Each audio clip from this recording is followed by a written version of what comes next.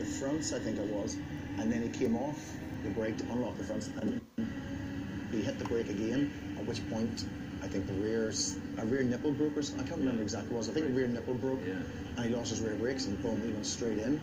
Anyway, so that gave me the chance really to go for the championship. I was only 5 points behind Michael going into that race, so I was right up there, which was good. And of course, we started to lose speed, which it makes sense, you know, that we stopped developing the car, and we never made progress. And you'll see, we just gradually went back. Whatever the commitment from Ferrari, it was Irvine's big chance. Michael came into the team until Schumacher returned for the Malaysian Grand Prix. Meantime, Irvine set off in pursuit of the title. You went on to Austria, and then there were a couple of... Austria I won only because DC... straight off the back, yeah, only because DC took Hakkinen out. Coulthard coming from a long way back and just touches the back of Hakkinen. Hakkinen was like a second a lot faster in that race than we were.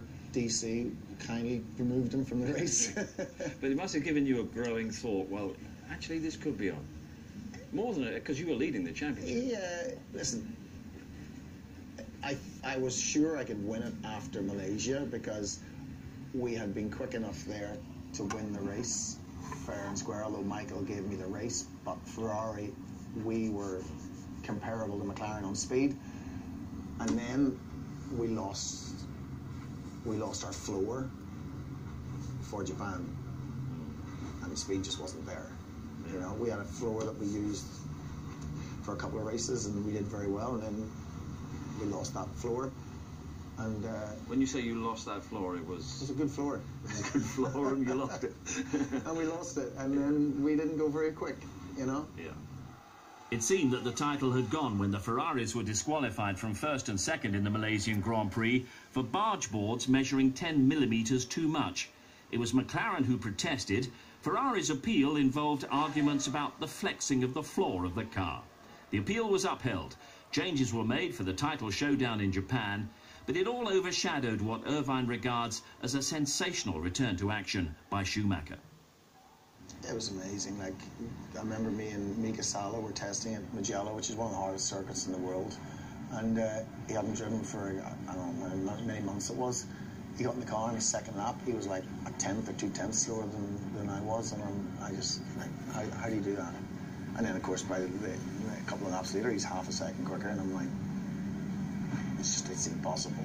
You know, it's really, really annoying, but it's amazing. It was, you know, it was an honour to be able to see his telemetry and see the things he could do with a car. It was, you know, it was amazing. Like at Spa, going through Eau Rouge, full fuel, flat, and I never took a flat, you know.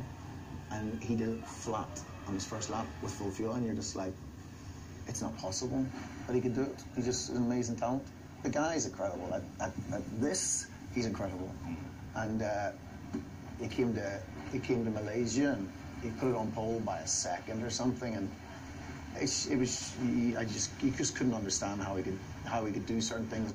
This is the last corner. This will be a magnificent Ferrari 1-2. Eddie Irvine wins the first Malaysian Grand Prix. Michael Schumacher is second.